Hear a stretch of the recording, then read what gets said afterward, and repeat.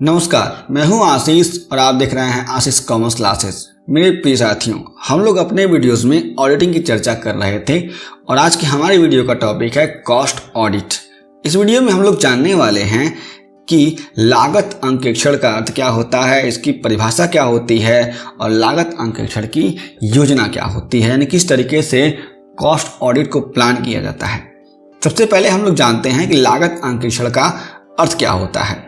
लागत अंकेक्षण से आशय किसी भी व्यवसाय के लागत लेखा पुस्तकों के निरीक्षण एवं सत्यापन से है। इसमें अंकेक्षक के द्वारा विशेष रूप से व्यवसाय के उत्पादन व्ययों का निरीक्षण किया जाता है कि किसी भी वस्तु के उत्पादन में व्यवसाय का कितना व्यय लग रहा है और कितना व्यय लगना चाहिए। कोई भी कॉस्ट अकाउंटिंग हुई है तो उस कॉस्ट अकाउंटिंग में कॉस्ट अकाउंटेंट के द्वारा जो भी अकाउंटिंग की गई है उसमें उसके कुछ बुक्स ऑफ अकाउंट्स भी होंगे। उन बुक्स ऑफ अकाउंट्स का यहाँ पर निरीक्षण किया जाता है, सत्यापन किया जाता है। इसमें अंकेक्षक के द्वारा कहा जा रहा है कि विशेष रूप से जो भी कंपनी के द्वारा जो भी व्यवसाय में उत्पादन हुए हैं उस उत्पादन में कितने व्यय हुए हैं, कितने खर्चे हुए हैं और कितने खर्चे होने चाहिए, इनका निरीक्षण किया जाता है, इनका सत्यापन किया जाता है, इनकी जांच की जाती है। इसी के आधार पर अंकेक्षक लागत अंकेक्षण प्रतिवेदन यानी कॉस्ट ऑडिट रिपोर्ट तैयार करता है, जिसके आधार पर व्यवसाय के लागत को नियंत्रित करके उत्पादन को बढ़ाया जाता है। यानी व्यवसाय के उत्पादन को बढ़ाने में अंकेक्षण बहुत ही उपयोगी है, जो भी लागत अंकेक्षण होता है। लागत अंकेक्षण की परिभाषा institute of cost and works accountant of India के द्वारा कहा गया है कि लागत अंकेक्षण का तात्पर्य लागत लेखों की शुद्धता के सत्यापन तथा लागत लेखांकन की सिद्धांत, योजना एवं प्रणाली के अनुसरण करने से है। यानी कोई भी कॉस्ट अकाउंटिंग हुई है तो उसका जो भी लेखे उसके हैं उन लेखों का सत्यापन करना, उसके शुद्धता की जांच करना और जो भी उसके सिद्धांत हैं, लागत लेखांकन के सिद्धांत हैं, उनका जांच करना कि क्या सही तरीके से सारे के सारे सिद्धांत उपयोग में लाए गए हैं, फॉलो किए गए हैं कि नहीं किए गए हैं। जो भी योजनाएं हैं उनको देखना और इन सारी प्रणालियों का अनुसरण करना ही लागत अंकेक्षण कहलाता है। यह बात institute of cost and works accountant of India के द्वारा कहा गया है। Institute of cost and works accountant of London के द्वारा कहा गया है कि लागत लेखों की शुद्धता का सत्यापन एवं लागत लेखांकन की योजनाओं को लागत अंकेक्षण कहते हैं। अब हम बात करते हैं लागत अंकेक्षण की योजना का। इसमें कुछ बातें इस तरीके से हैं। लागत अंकेक्षण की योजना में किसी उत्पादन से संबंध सभी तरह के तथ्य शामिल हैं जो लागत अंकेक्षण में सहायक हैं। यानी लागत अंकेक्षण में जो भी चीज़ें सहायक हैं वे सारी की सारी चीज़ें लागत अंकेक्षण योजना में शामिल होती हैं। लागत अंकेक्षण की योजना कुछ इस प्रकार से हो सकती है। इसमें चीज़ें इस प्रकार से आती हैं। पहला, सामग्री का अंकेक्षण यानी ऑडिट ऑफ रॉ मटेरियल। जो भी रॉ मटेरियल होते हैं कंपनी के प्रोडक्शन के टाइम उसका ऑडिट किया जाता है, जिसमें कुछ पॉइंट्स ऐसे निकल के सामने आते हैं। अंकेक्षक को यह देखना चाहिए कि सामग्री का क्रय आदेश अधिकृत व्यक्ति द्वारा किया गया है या नहीं। यानी जो भी आदेशित करने वाला व्यक्ति है, यानी जो भी आदेश देने वाला व्यक्ति है, उसके द्वारा कोई भी रॉ मटेरियल जो खरीदा गया है उसी हिसाब से खरीदा गया है कि नहीं खरीदा गया है। सामग्री के मूल्यांकन विधियों का अध्ययन करना। जो भी सामग्री की मूल्यांकन विधि है उसका अध्ययन किया जाता है। अगला, सामग्री के न्यूनतम एवं अधिकतम रहतिये की जानकारी प्राप्त करना। यानी कोई भी स्टॉक रखा गया है तो वो स्टॉक कितना है हमारे पास, जो भी मिनिमम और मैक्सिमम होता है उसकी जांच की जाती है। अगला, सामग्री के अतिसंग्रह को रोकने की व्यवस्था करना। हमें ज़्यादा स्टॉक अपने पास नहीं रखना चाहिए, इस बात को ध्यान रखना।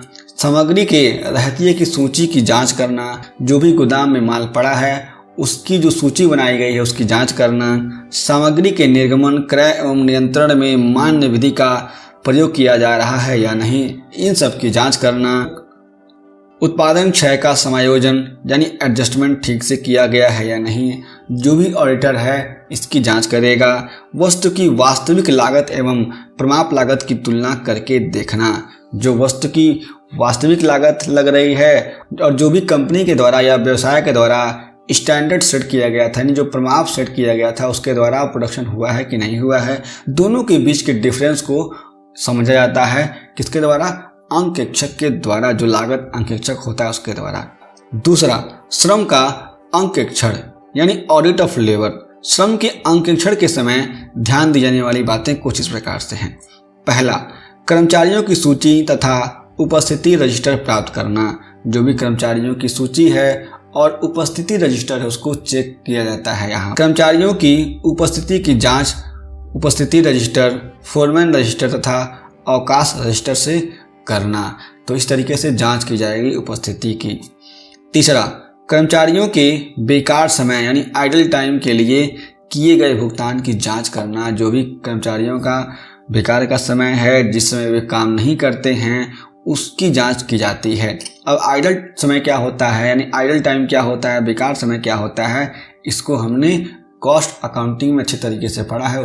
अधिसमय यानी ओवर टाइम के लिए किए गए भुगतान की जांच करना। जो किसी भी कर्मचारी ने ओवर टाइम किया गया उसके द्वारा कितना पेमेंट किया गया उसकी जांच की जाती है। अधिसमय की गणना ठीक ठीक किया जाना। जो भी अधिसमय है उसकी गणना ठीक ठीक की जाती है। उसके पहले हमें ये समझना है कि बेकार समय यानी आइडल टाइम की गणना ठीक ठीक किया जाना, इसका भी गणना सही तरीके से की जानी चाहिए।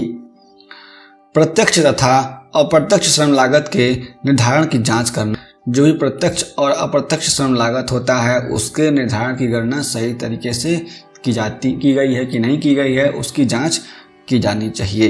प्रति इकाई श्रम की गणना करना, यानी प्रति इकाई पर कितना श्रम लगा है इसकी जांच की जाती है।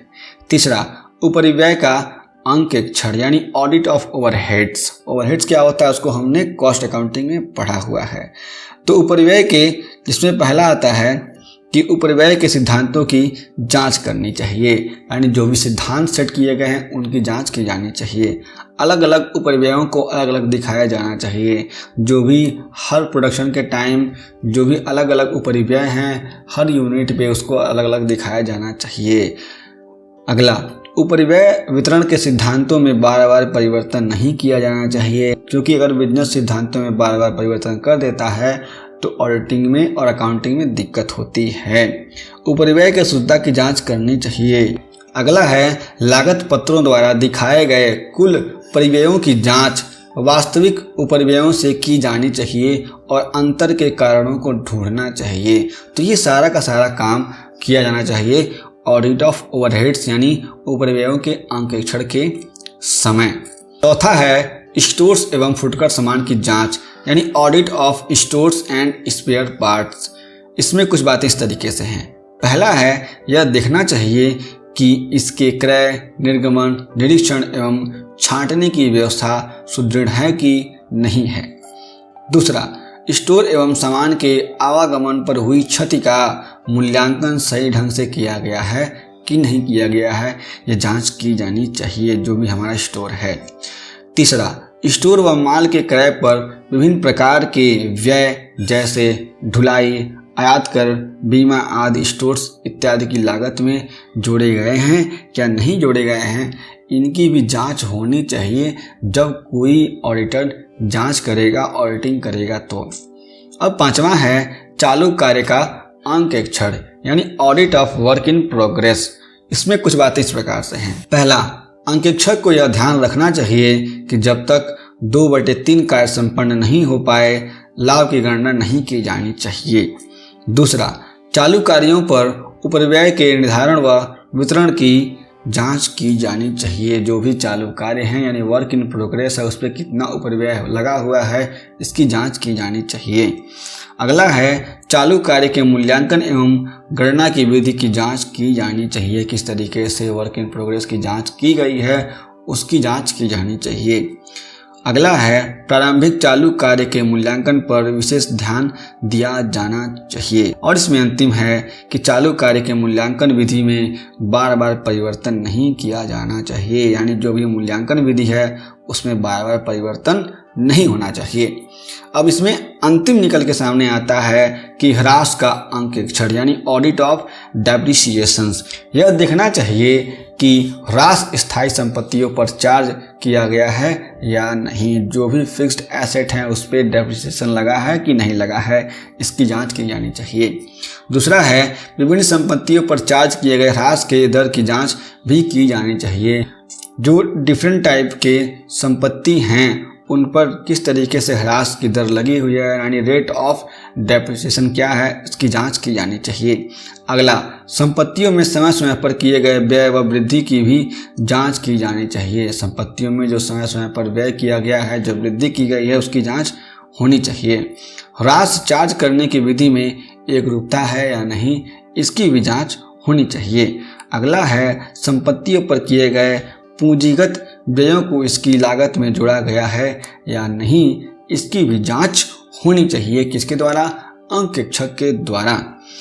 और आगे कहा गया है कि ह्रास का सही लेखा किया गया है या नहीं, जो भी डेप्रिसिएशन हुआ है उसकी अकाउंटिंग सही तरीके से हुई है कि नहीं हुई है, इसकी भी जांच की जानी चाहिए किसी भी ऑडिटर के द्वारा।